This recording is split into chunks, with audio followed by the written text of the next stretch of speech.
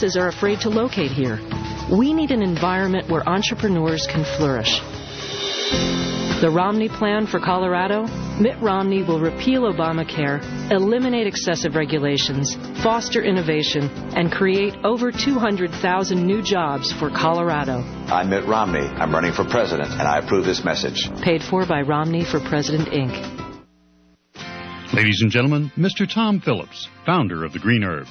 All of God's people have a ministry, and it's a trick of our enemy to keep God's people sick and worn out to hinder their ability to minister. We are often judgmental toward people who are addicted to booze, cigarettes, and drugs, but we at the Green Herb have found that most of God's people are unknowingly addicted to the two most addictive products in America, sugar and soda pop. If you have a sickness or disease, or if you're just tired a lot, the Green Herb has an herbal product that is formulated just for you, and it's just $15.95. Come by the Green Herb, located in Wheat Ridge, Colorado, on the I-70 Frontage Road North, 1 mile west of Kipling, or call 888-765-HERB. That's 888-765-4372, or go to our website, www.thegreenherb.com, and be sure to listen to The Green Herb Show with Linda and Dr. Cass every Tuesday at 1 o'clock on KHNC.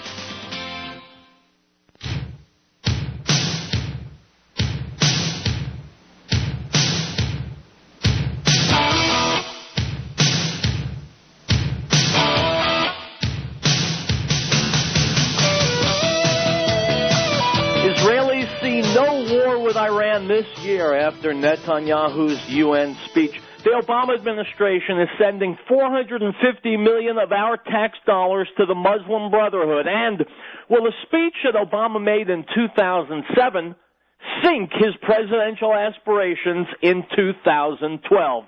My name is Howard Riell, and this is Riell Truth.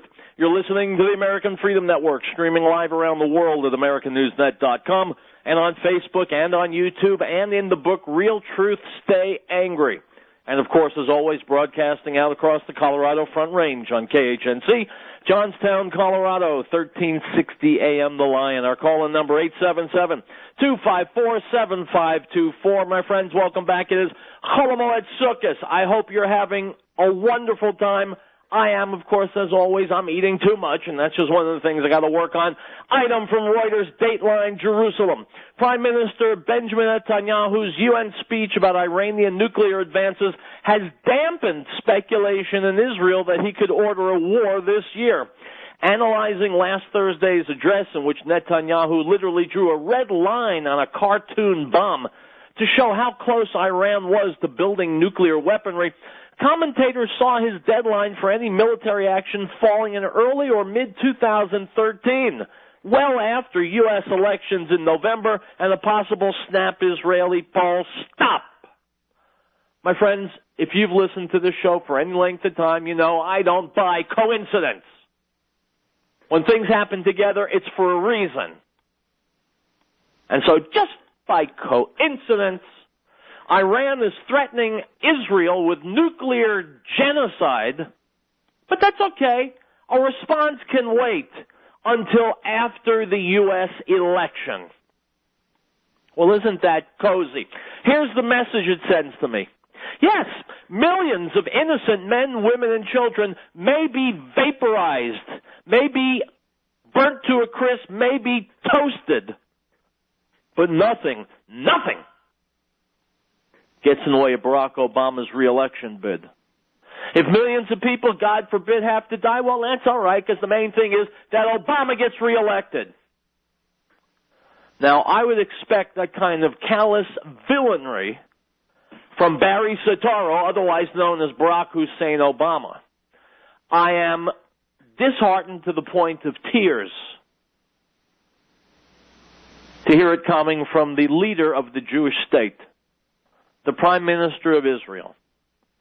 He's showing everybody exactly how advanced Iran's nuclear program is, and of course, he's right.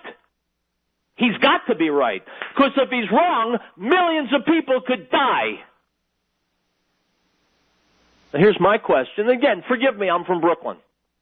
What if he's wrong? What if he's wrong? Is he willing to bet millions of lives in the beginning of nuclear Armageddon on the fact that he's got the correct facts? That there isn't some military installation tucked away somewhere in Iran where they've taken the next step? Is he that confident? More, is he that much of a punk? Is he that much of a simpering lackey that when Obama goes, Netanyahu runs and sits next to his ankle? It's disgraceful. Disgraceful. Years ago, when I'm in a dinner jacket in Iran said he was going to destroy Israel, that day before the sun went down, a mushroom cloud should have risen up from Tehran. Not just to end the threat, not just to send the message to the Islamic world, but to sanctify God's name. You threaten his chosen people with Holocaust, you die. Period. With all the humanitarians and all the peace nows and all the diplomats and all the civilized and sophisticated people. But if there's mass nuclear genocide, well, you know, what can you do? That doesn't fly with me. Doesn't fly with me. Netanyahu, people would have you believe that Benjamin Netanyahu is a hard right-winger. That's a lie. He's a hard politician. He's a puppet, like Obama. Tragically, like Romney, too. They're all puppets. They'll get the same hand up under the sock, moving their mouths. Here's what the puppet masters haven't counted on. They're moving chess pieces around like they're grandmasters. And they know each and every square and how each and every piece is going to move and react and interact with other pieces. One problem with that. The Muslims don't play chess, and they won't be moved like pawns. They've got their own agenda. They've been following it for 14 centuries. Do you think they're going to give it up because Barack Obama or Mitt Romney or the Council on Foreign Relations or the Trilateral Commission tells them to, expects them to? Do you think they're going to give it up because it's in their best interest to? People who venerate death, people whose greatest dream, greatest aspiration is for their children to grow up to be suicide bombers. You'll explain to me now how these people are going to be moved like chess pieces. They're not. Give credit where credit is due. These are not hypocrites. They walk their talk, and I respect them. They're evil, and I respect them. And it's because I respect them that they've got to be dealt with harshly, brutally, ruthlessly, because they're not fools. They're not politicians. They're not puppets. They act. They're acting on what they believe, wrongly, is the order of God himself. People like that cannot be deterred and won't be deterred. And so while Netanyahu is waiting for Obama and Obama is waiting for the CFR to give him the high sign, and the CFR figures, okay, well, we can control the Muslim world. They can't. They can't. You can't control a rabid dog. There's only one way to deal with a rabid dog. The Muslim world is a rabid dog, and it's quickly becoming a nuclear-powered rabid dog. Just about every civilization in world history has had some kind of mythology or lore about an end of days, an Armageddon, an apocalypse. Well, Mazel Tov, my friends. It's here. It's staring us in the face. And God is watching. He's watching to see what each and every single one of us does about it. And the Lord spoke to Moses, saying, Speak to the children of Israel, and say to them, The feasts of the Lord, which you shall proclaim to be holy convocations, these are my feasts. 6 days shall work be done, but the seventh day is a Sabbath of solemn rest, a holy convocation. You shall do no work on it. It is the Sabbath of the Lord in all your dwellings. Leviticus chapter 23, verse 1 through 3. We hold these truths to be self-evident, that all men are created equal, that they are endowed by their Creator with certain unalienable rights, that among these are life, liberty, and the pursuit of happiness, that to secure these rights, governments are instituted among men, deriving their just power from the consent of the governed. This is the America News Network.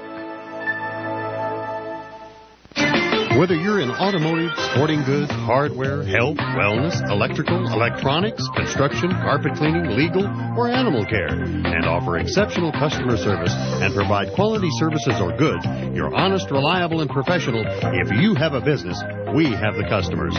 Let us put you in touch with our loyal, supportive, and dedicated listeners today. They're waiting to hear from you. It's inexpensive. It's effective. Call KHNC at 1-800-205-6245. Restore Health and Counseling salutes the men and women in uniform who've answered the call for our freedoms. Let's give them the hero's welcome they deserve as they have fought hard to restore peace.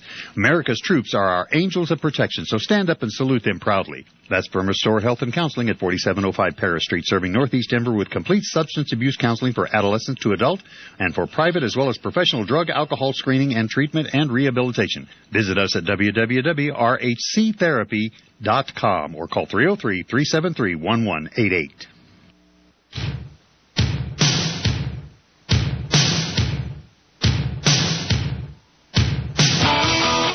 My friends, welcome back to Riell Truth. Howard Riell presiding. Housekeeping note. We're on the air today. We're on the air tomorrow. We will be off next Monday and Tuesday. Hoshana Rabbah, Simchas Torah, Shmini Atzeres, the whole enchilada, whole holiday system comes to an end.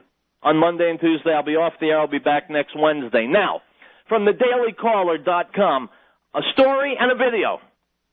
In a video obtained exclusively by the Daily Caller, then presidential candidate Barack Obama tells an audience of black ministers, including the Reverend Jeremiah Wright, that the U.S. government shortchanged Hurricane Katrina victims because of racism. Now, my friends, I'm going to play this video for you.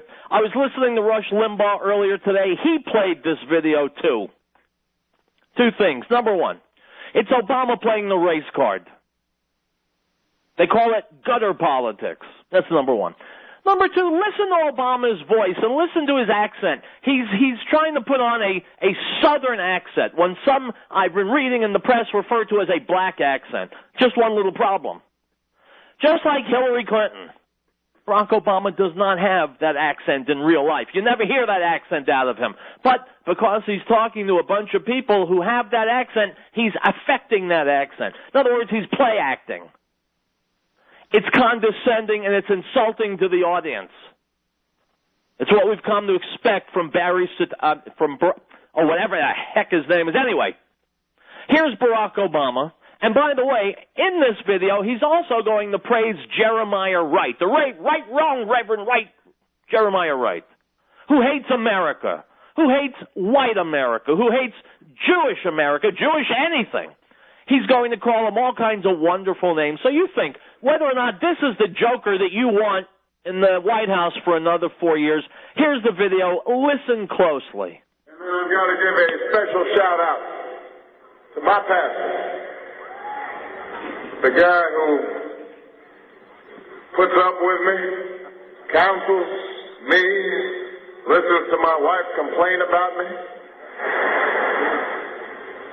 He's a friend and a great leader, not just in Chicago, but all across the country. So please, everybody, give an extraordinary welcome to my pastor, Dr. Jeremiah Wright, Jr., President of the United Church of Christ.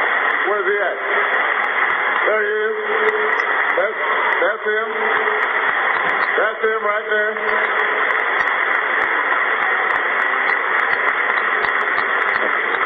You're wearing a suit today, right?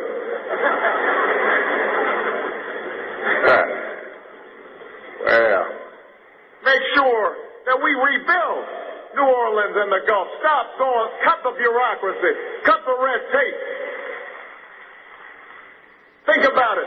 There's a law. I just want to give you one example because this really steams me up. This isn't in the prepared remarks. Down in New Orleans,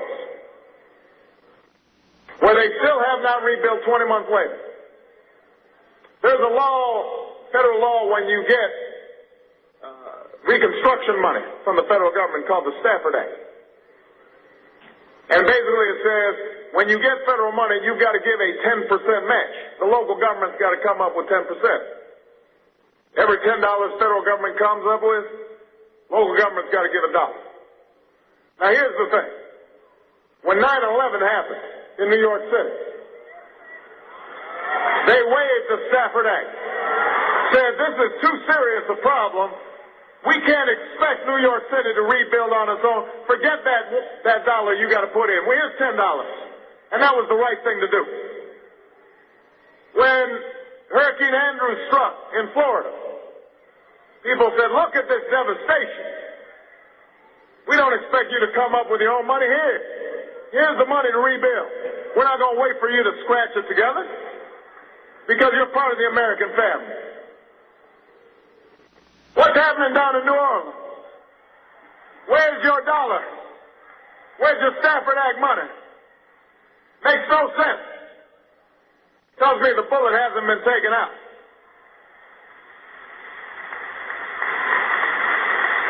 Tells me that somehow the people down in New Orleans, they don't care about as much.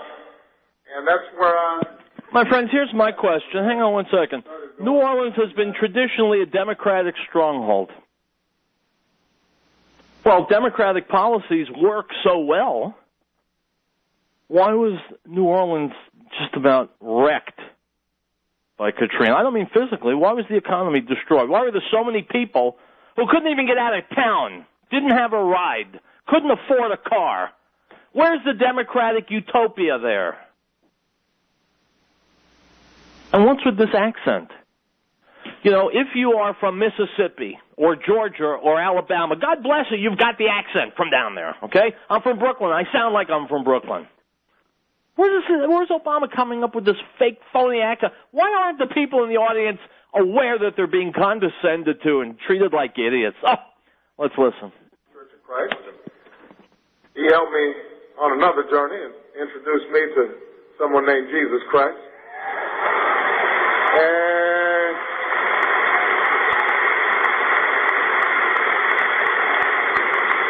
And I learned that my sins could be redeemed. There's a thing, my friends, in Sharia, in Islamic law. I forget the name of it. I think it's taqiyya. I could be wrong. I could be thinking of a little Mexican food. I think it's taqiyya.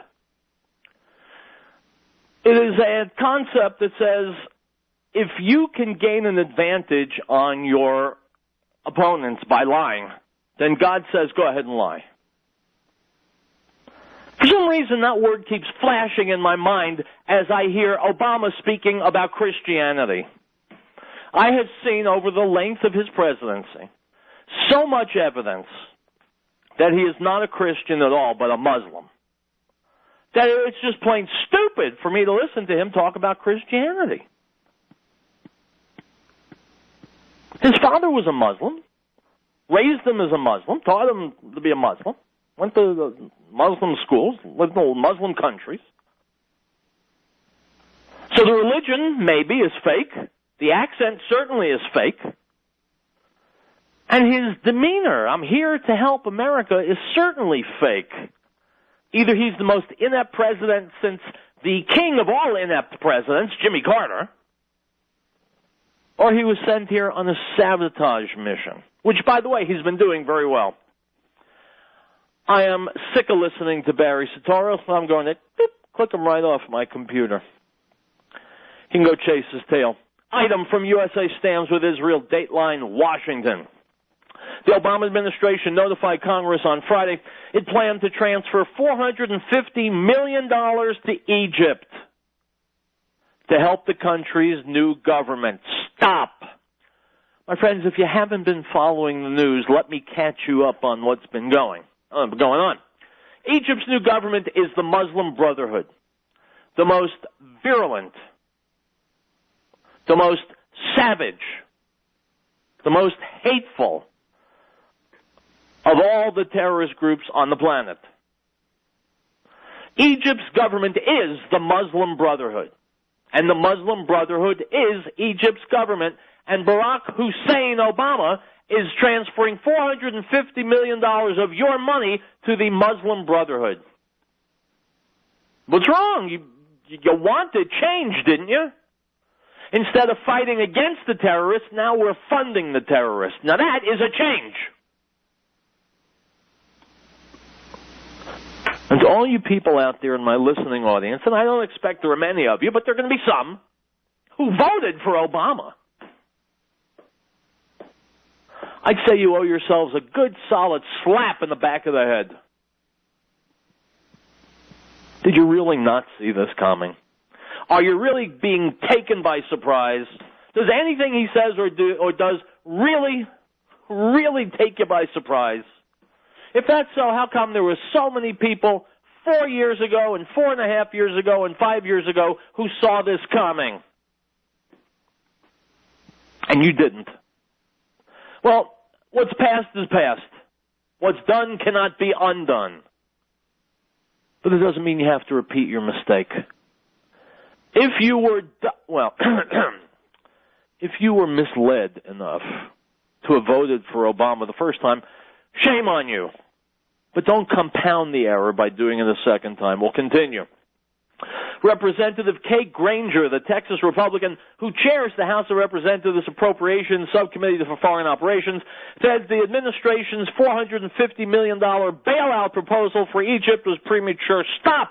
There's that word again. Bailout. Where have I heard it before? Oh, that's right. Now I got it.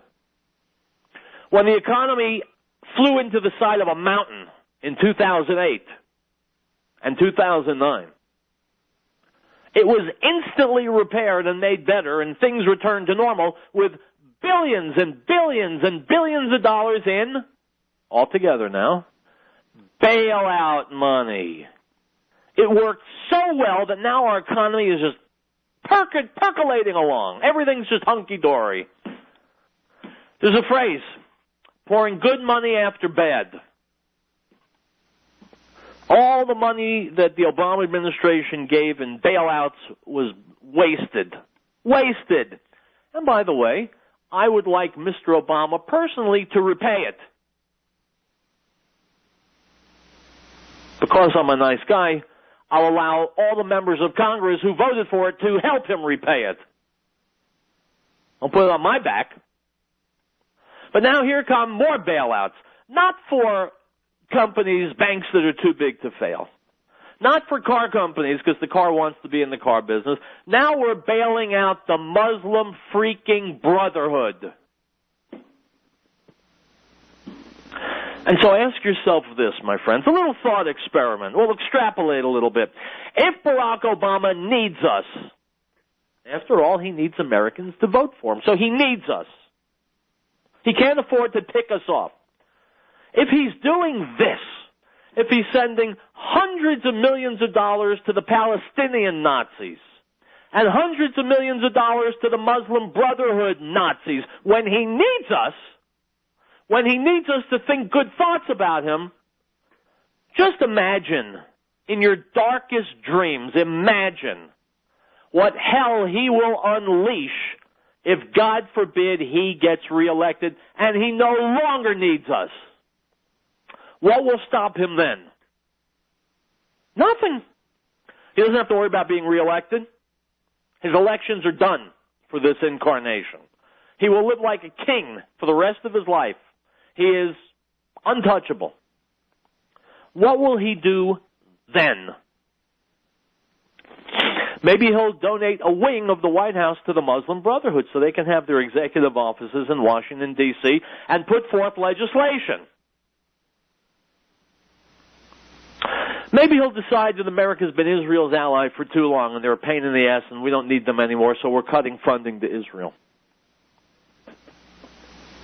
Maybe he'll decide that because something blew up somewhere, it's an emergency, and so guess what? Good morning, everybody. Martial law. And because I'm invoking the Emergency Powers Act, guess what? There's not going to be another election in 2016. I'm president until the election is over. Of course, until the emergency is over. And of course, the emergency is never over. because we've been in a state of emergency since Bush, since 9/11. And every year it gets renewed. Just imagine what Pandora's box opens up if this guy is given another 4 years. I shudder to think of what happens next. The United States was a close ally of Egypt under Mubarak and gives $1.3 billion in military aid a year to Egypt, plus other assistance. The Obama administration has argued it's essential to buttress Egypt, the most populous Arab country and the first to sign the peace agreement with U.S. ally Israel. Stop. He's exactly wrong. It's not essential to buttress Egypt. It's essential to smash Egypt and smash the Muslim Brotherhood. Egypt has already renounced its peace agreement with Israel. Egypt is eyeing war with Israel. It's time to smash Egypt and Iran and send the message to the Islamic Jihad world. Stop. Stop, or we will extinctify you. That's what a leader would do. It's not what Obama's going to do. We'll be back.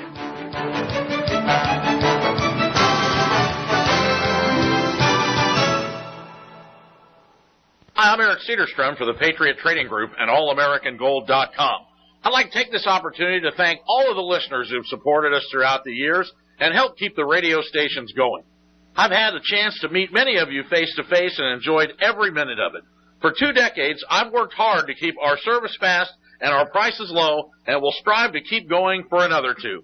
Patriot Trading Group and AllAmericanGold.com have no commission salespeople, no free reports, and no complaints. Nobody here will call you when you sit down for dinner. There really is a difference. Call 1-800-951-0592 and find out for yourself. We look forward to serving you with years of experience. We know what we are doing and will make recommendations based on your personal situation. Call 1-800-951-0592 and you'll be treated with honesty and respect. You have my word on it. I'm Eric Cedarstrom, CEO, shipping clerk, and janitor.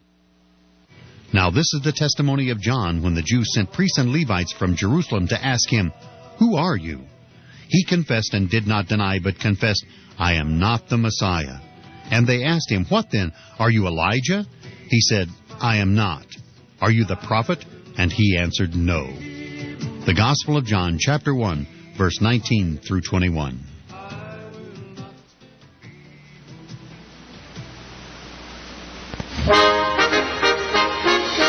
We, the people of the United States, in order to form a more perfect union, establish justice, ensure domestic tranquility, provide for the common defense, promote the general welfare, and secure the blessings of liberty to ourselves and our posterity, do ordain and establish this Constitution for the United States of America. CINN stations in Alt salutes our troops. Whether you're for the war or against it, they're still there. These men and women deserve more than our support. They deserve the comfort of home. Send a military care package today. Just type military care package into a search engine. Point and click. Let's show our troops we care. This message from CINN stations in Alt, wishing Godspeed to our fighting men and women and thanking them for their triumphs and their sacrifices. The Beth Messiah Congregation invites you to come and experience a Messianic Roots biblically based congregational fellowship as we observe God's Shabbat in Messiah Yeshua. Praise and worship services begin at 10:30 a.m., followed by an Oneg Shabbat meal mid-Rosh and fellowship. Beth Messiah Congregation is located at 8333 Acoma Way in North Denver. You can find out more information by calling 1-800-205-6245. Everyone's welcome, so join us this Shabbat. And Shabbat Shalom, good Sabbath.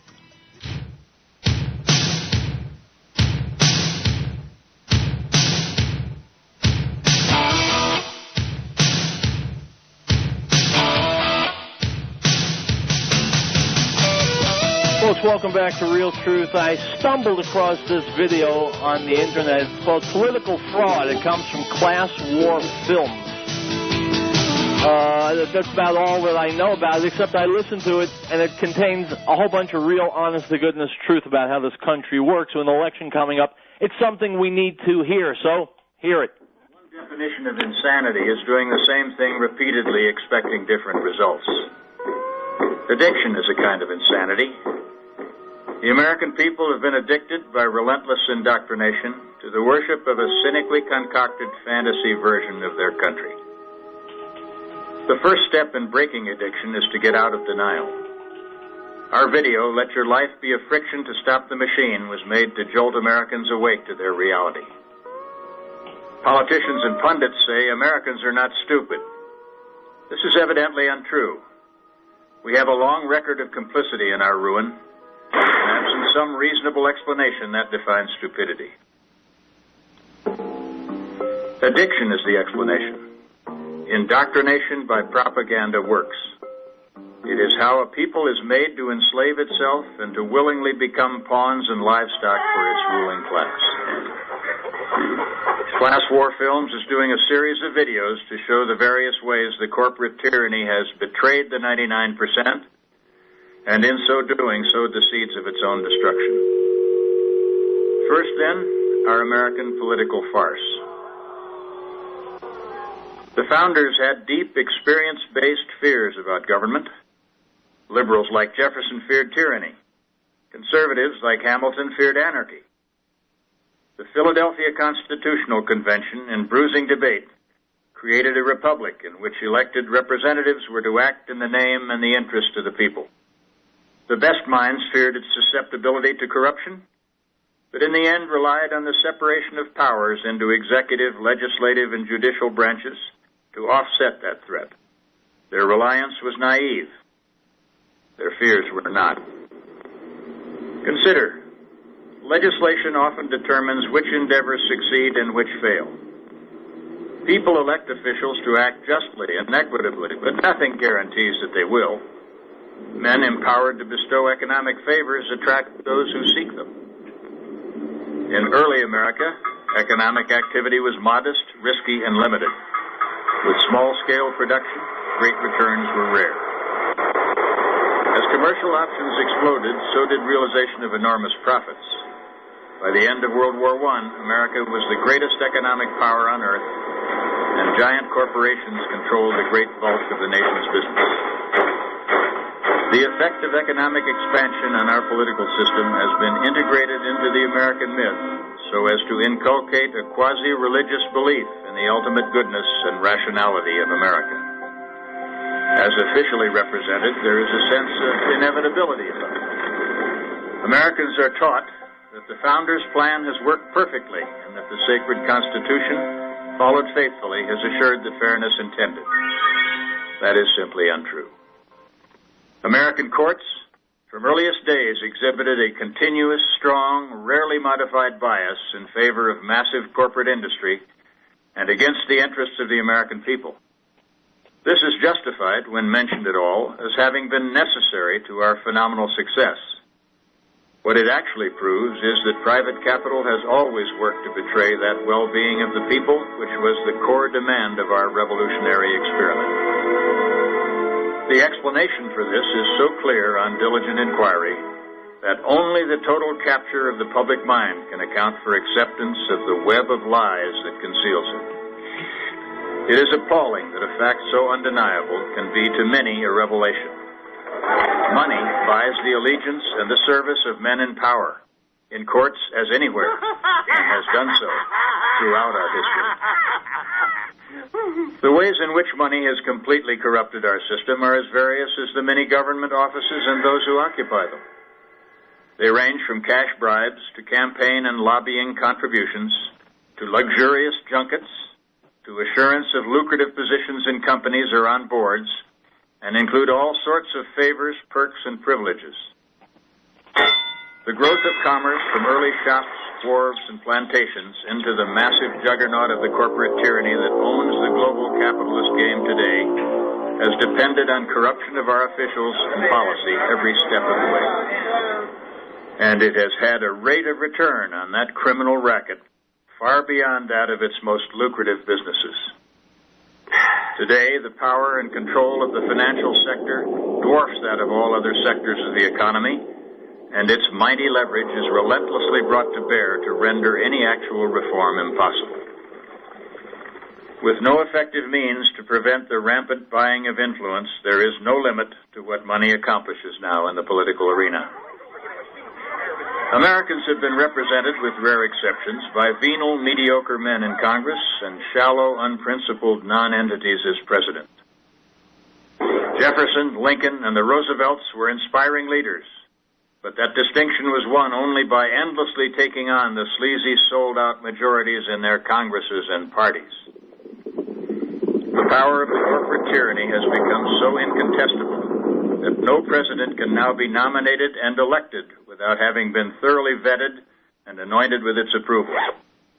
Massive money no longer influences elections. It owns them.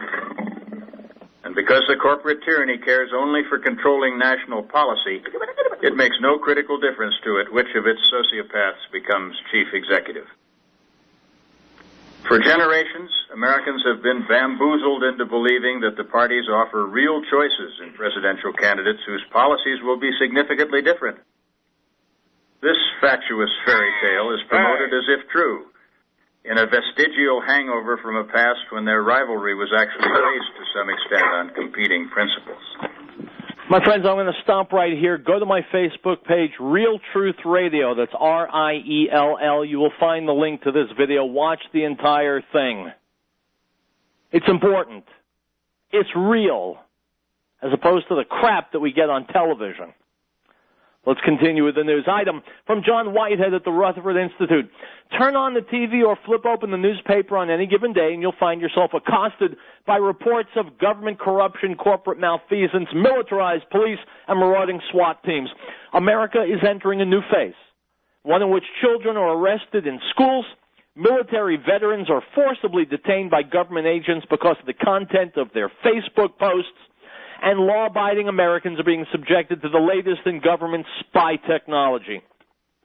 These threats to our freedoms are not to be underestimated.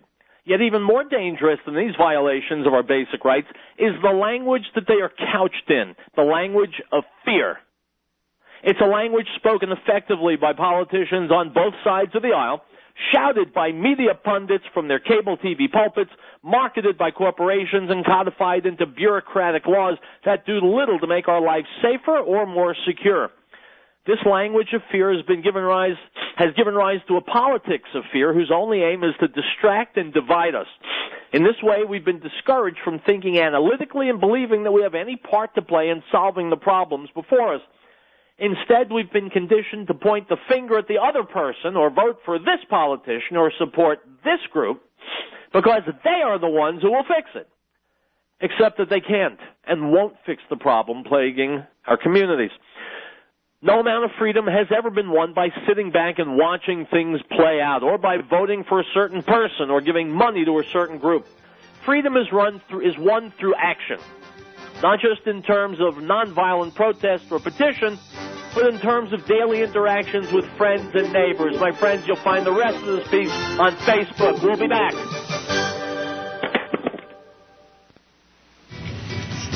And of his fullness we have all received, and grace for grace. For the law was given through Moses, but grace and truth came through Yeshua HaMashiach, Jesus the Christ. No one has seen God at any time. The only begotten Son, who is in the bosom of the Father, He has declared Him. The Gospel of John, chapter 1, verse 16.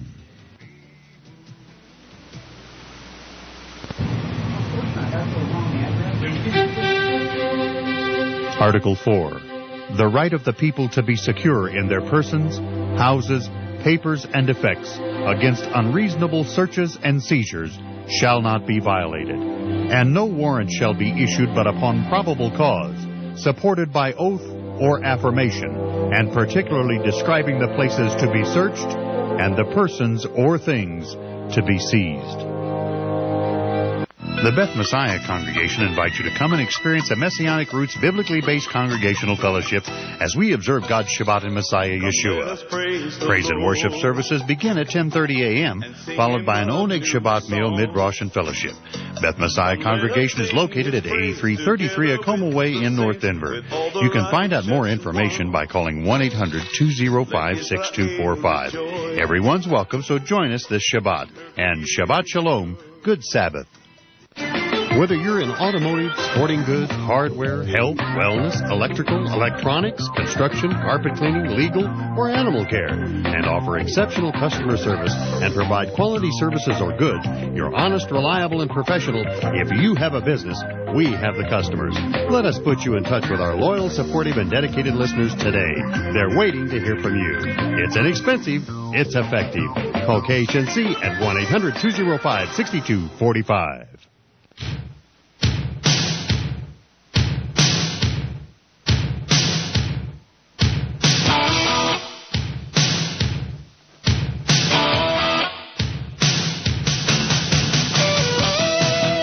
Folks, welcome back to Riell Truth.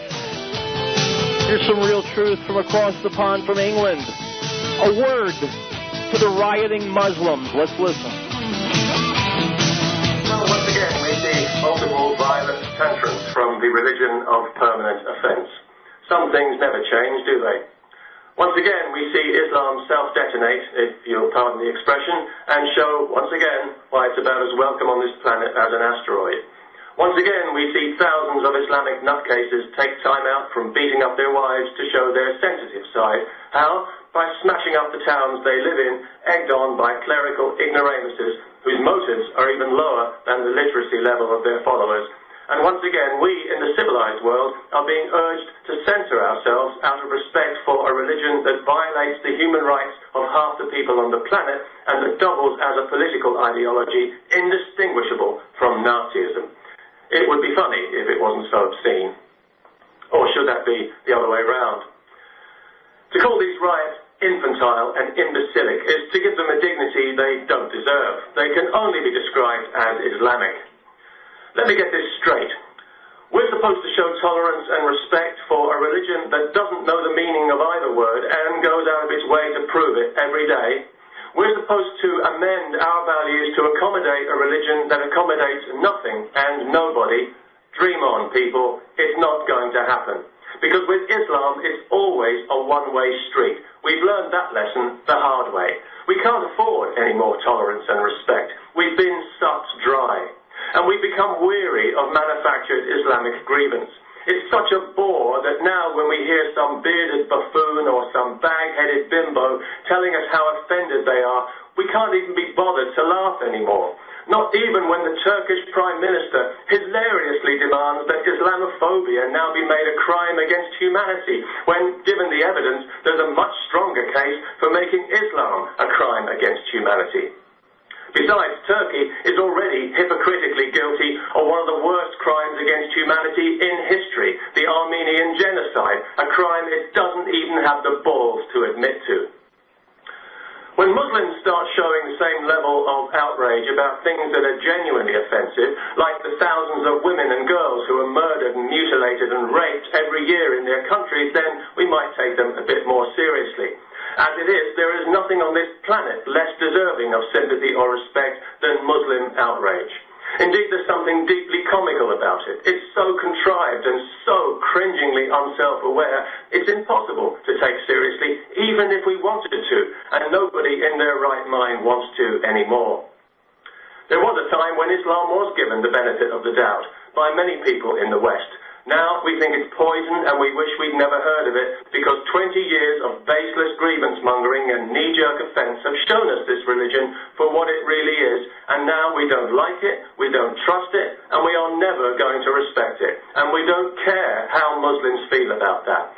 Everything's an insult to this religion. Everything causes offense. Well, nobody gives a damn anymore, people. You've done it to death. You've killed the goose that laid the golden egg. So now, if you're an offended Muslim, go stick your head in the oven for all we care. And if you think that if you keep up the violence, the West will eventually cave in, it's not going to happen. Even if the politicians want it to, the people won't allow it. We'll carry on speaking our minds openly and freely because it's our birthright and it can't be taken away from us. It can only be given away, and we are giving Islam nothing because Islam gives us nothing. It's a religion permanently on the take. Gimme, gimme, gimme is all we ever hear. Give me respect, even though I haven't earned it. Give me special treatment or I'll be offended and you'll be a racist. Well, we're sick and tired of hearing it. We're sick and tired of Islam, and we're sick and tired of the needless conflict and and intimidation that comes from this religion at every turn. All week we've heard Muslims telling us that we in the West need to understand how important the Prophet is to them. We do understand, and we don't care. That's the point. We don't care now, and we are never going to care. Get used to it. We don't give a damn about your feelings. Our feelings are more important, and our feelings tell us that we're sick to the back teeth of hearing about your religion, so stick a sock in it. And no amount of violence is going to change a thing. The more you riot and scream and shout, the less we're going to listen. It'll simply stiffen our resolve, not to be bullied and pushed around by people whose values we don't respect because you've given us no reason to respect them, and, more to the point, because you are incapable of giving us such a reason. In short, we will not be told what we can and cannot say. Not by you, not by anybody, not now, not ever. No matter how many flags you burn, no matter how many embassies you attack, free speech will prevail and you'll suck it up and like it. Aside from being a little too nuanced and subtle, I think it was a good communication. What do you think? Item from Russia Today. In 2002, Thomas Harkins was permanently removed by the Catholic Church after 20-plus years of allegations that the former clergyman had molested children at parishes across the East Coast. Today, he's your friendly TSA agent. Despite being excommunicated and forced to pay around $195,000 to settle civil lawsuit relating to a barrage of sex crime charges in the greater Philadelphia area, Harkin, now 65, didn't have a problem finding a new job after being booted from the Catholic Church in 2002.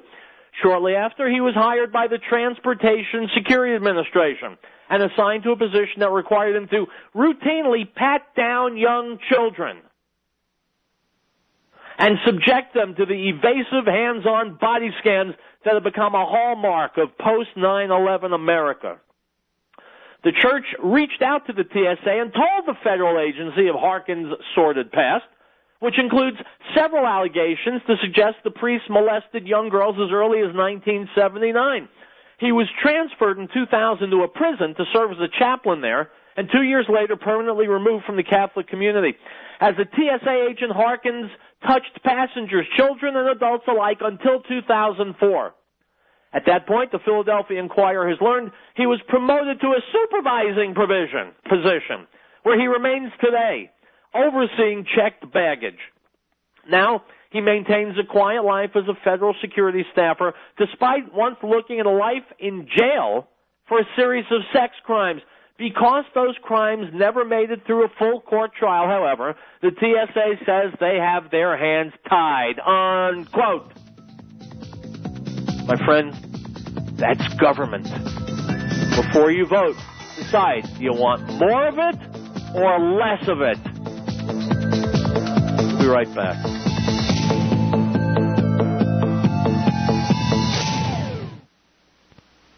He was in the world, and the world was made through him, and the world did not know him. He came to his own, and his own did not receive him. But as many as received him, to them he gave the right to become children of God, to those who believe in his name, who were born not of blood, nor of the will of the flesh, nor of the will of man, but of God. The Gospel of John, chapter 1, verse 10 through 13. No state shall enter into any treaty, alliance, or confederation, grant letters of marque or reprisal, coin money, emit bills of credit, make anything but gold and silver coin a tender in payment of debts, pass any bill of attainder, ex post facto law, or law impairing the obligation of contracts, or grant any title of nobility. Article 1, Section 10. Restore Health and Counseling salutes the men and women in uniform who've answered the call for our freedoms. Let's give them the hero's welcome they deserve as they have fought hard to restore peace. America's troops are our angels of protection, so stand up and salute them proudly. That's from Restore Health and Counseling at 4705 Paris Street, serving Northeast Denver with complete substance abuse counseling for adolescent to adult and for private as well as professional drug, alcohol screening and treatment and rehabilitation. Visit us at www.rhctherapy.com or call 303-373-1188. CINN Stations in Alt salutes our troops. Whether you're for the war or against it, they're still there. These men and women deserve more than our support. They deserve the comfort of home. Send a military care package today. Just type military care package into a search engine, point, and click. Let's show our troops we care. This message from CINN Stations in Alt, wishing Godspeed to our fighting men and women and thanking them for their triumphs and their sacrifices.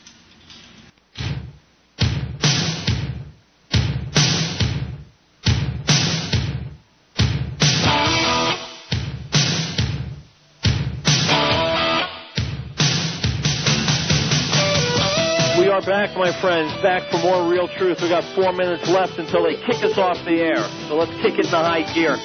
Item from UnitedTruthSeekers.com.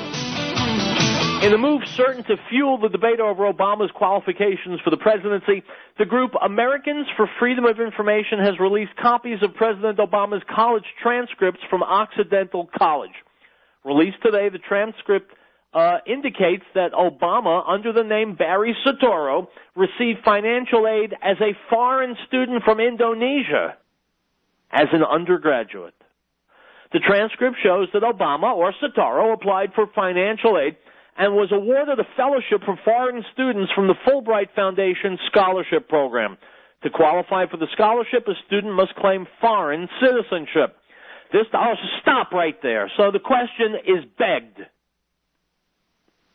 Question is begged. Is Obama a foreigner? In which case he legally cannot be president?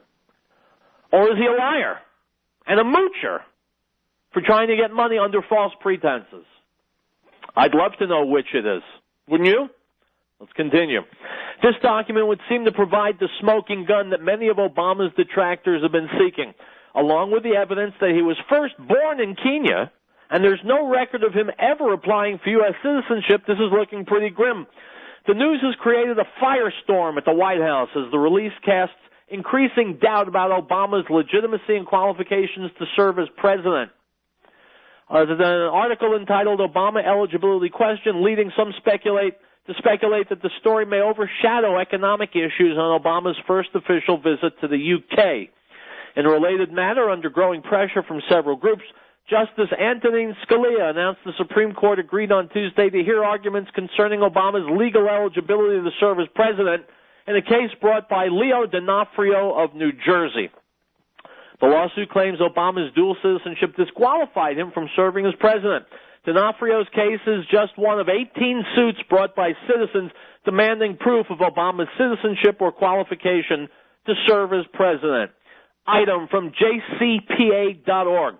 In recent weeks, Hezbollah leader Hassan Nasrallah held a series of meetings with top-level military command as well as field commanders responsible for preparing for war with Israel.